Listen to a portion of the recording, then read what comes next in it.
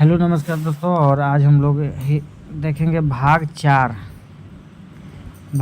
हम लोग संविधान के भाग 4 देखेंगे। संविधान का भाग 4 है राज्य के नीति निर्देशक तत्व।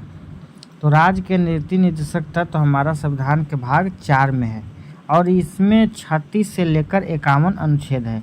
और ये किस देश से लिया गया है राज्य के नीति निर्देशक तत्व? तो यह आयरलैंड से लिया गया है।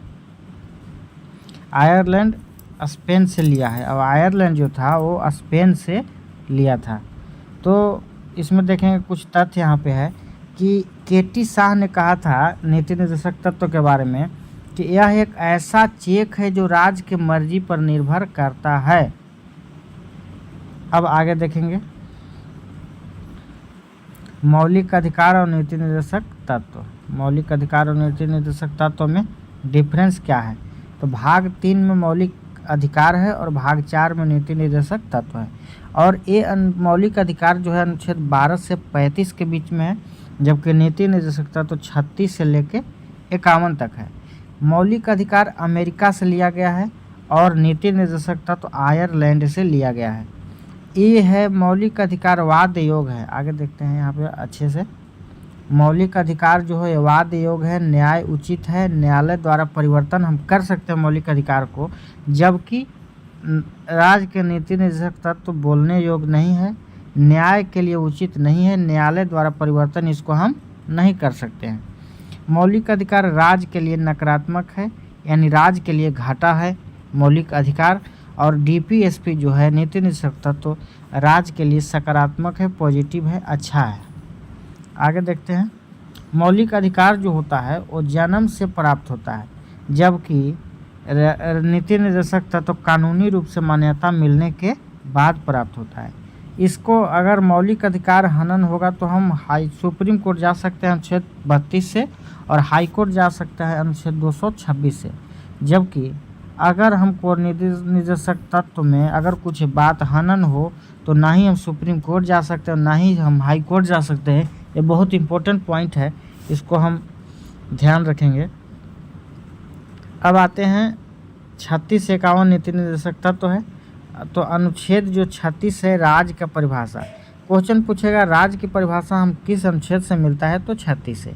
डीपीएसपी न्यायालय द्वारा संरक्षण प्राप्त नहीं है, कौन अनुच्छेद बताता है? तो अनुच्छेद 37। इसको न्यायालय से कोई प्राप्त नहीं है, इसको जो सरकार चला रहा है वही इसको संरक्षण देगा। अनुच्छेद 38 जो है लोक कल्याण के बारे में बताता है। अब आते हैं अनुच्छेद 39 के डी समान कार्य के लिए समान वेतन और 39 के ए निःशुल्क विधि सहायता 42वां संविधान संशोधन 1976 के द्वारा जोड़ा गया है। तो 39 में समान कार्य समान वेतन और निःशुल्क विधि सहायता 39 में है। अनुच्छेद 40 बताता है ग्राम पंचायत का गठन। ग्राम पंचायत का जो गठन हुआ अनुच्छेद 40 में है। अब इसके बारे में कुछ समझ लेते हैं पॉइंट। पंचायती राज गठन करने वाला जो पहला राज्य था राजस्थान था, जो राजस्थान का नागौर जिला में 2 अक्टूबर 1959 को गठित हुआ था। दूसरा राज्य है आंध्र प्रदेश, संपूर्ण राज्य में लागू होने वाला। और पंचायती राज को कानूनी मान्यता मिला 73वां संविधान संशोधन 24 अप्रैल 1993 के द्वारा। 1992 में विधेयक लाया गया, 1993 में अधिनियम बना दिया गया। पंचायती राज दिवस हम लोग मनाते हैं 24 अप्रैल को। केंद्र शासित प्रदेश, अब यहाँ देखेंगे कुछ पॉइंट कि कहाँ कहाँ पंचायती राज अभी तक लागू नहीं है। अभी तक पंचायती राज लागू नहीं है। तो केंद्र शासित प्रदेश में दिल्ली में अभी तक लागू नहीं है और राज्य में नागालैंड, मिजोरम और मेघालय।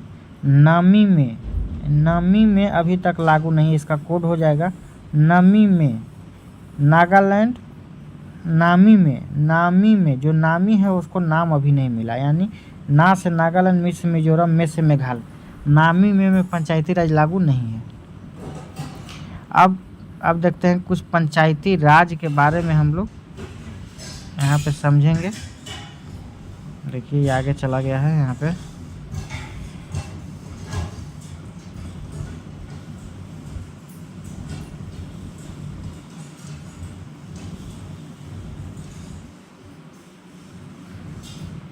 तो हम लोग यहाँ देख रहे थे पंचायती राज। पंचायती राज के बारे में देख रहे थे। तो अनुसूची 11 73वां संविधान संशोधन 1993 के द्वारा पंचायती राज किस अनुसूची में है? 11 में। इसमें विषय 29 है और पंचायती राज में भाग 9 है। अनुच्छेद 243 के ए से लेके ओ तक है पंचायती राज। अब आते हैं पंचायती राज के बाद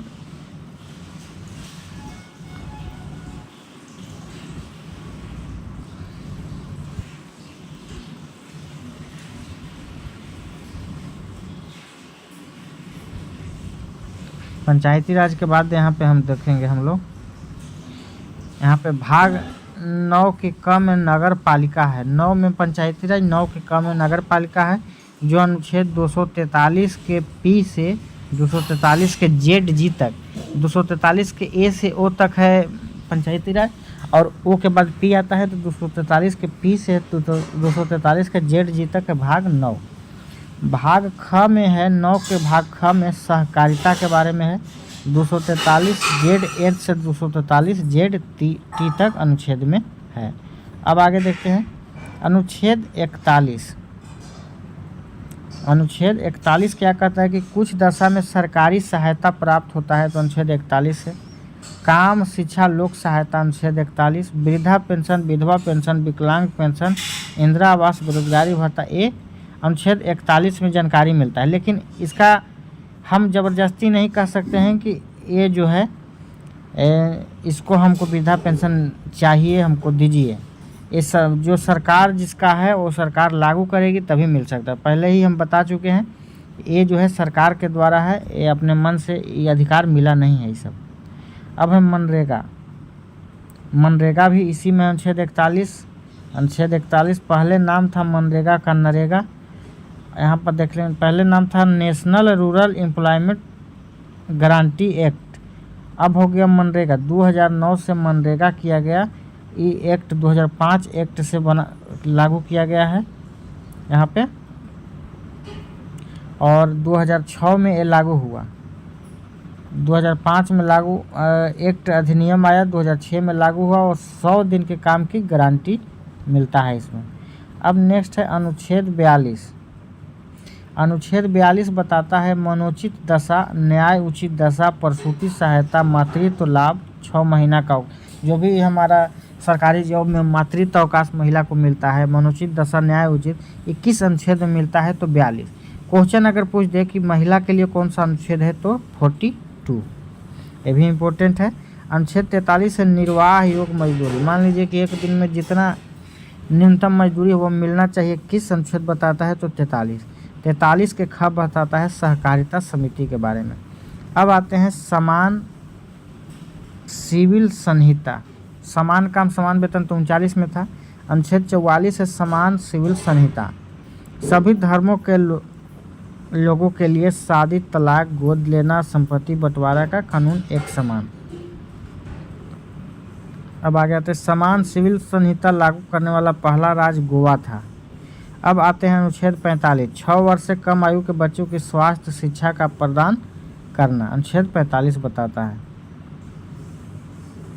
अनुच्छेद 46 बताता है supreme court, high court OBC SC ST और OBC को शैक्षणिक, आर्थिक और सहायता कौन सा अनुच्छेद बताता है तो अनुच्छेद 46। ये भी इम्पोर्टेंट क्वेश्चन है कि OBC SC ST का शैक्षणिक आर्थिक सहायता कौन देता है तो अनुच्छेद 46।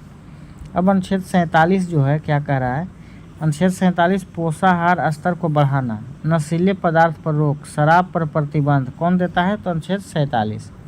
अनुच्छेद 48 क्या बता रहा है, 48 हमको पता चलता है कृषि एवं पशुपालन, दुधारू पशु की हत्या पर रोक तथा, और अनुच्छेद 48 के ये बताता है वन और वन्य जीव तथा पर्यावरण की रक्षा करना। 48 में पशु पक्षी को रक्षा करना है और 48 के ए में है वन्य जीव की रक्षा करना। अब है 49, अनुच्छेद 49। तो अनुच्छेद 49 बताता है राष्ट्रीय स्मारक की रक्षा करना सरकार का कर्तव्य, अनुच्छेद 49। और अनुच्छेद 50 बताता है कार्यपालिका एवं न्यायपालिका को अलग करना कौन है तो अनुच्छेद 50। अब अनुच्छेद 51 क्या बता रहा है, अनुच्छेद 51 जो है अंतर्राष्ट्रीय संधि एवं शांति को बढ़ावा देना, मूल कर्तव्य और मौलिक कर्तव्य हम लोग देखेंगे भाग 4 के ए में, भाग 4 के ए में। तो इसको हम अगले वीडियो में पढ़ेंगे।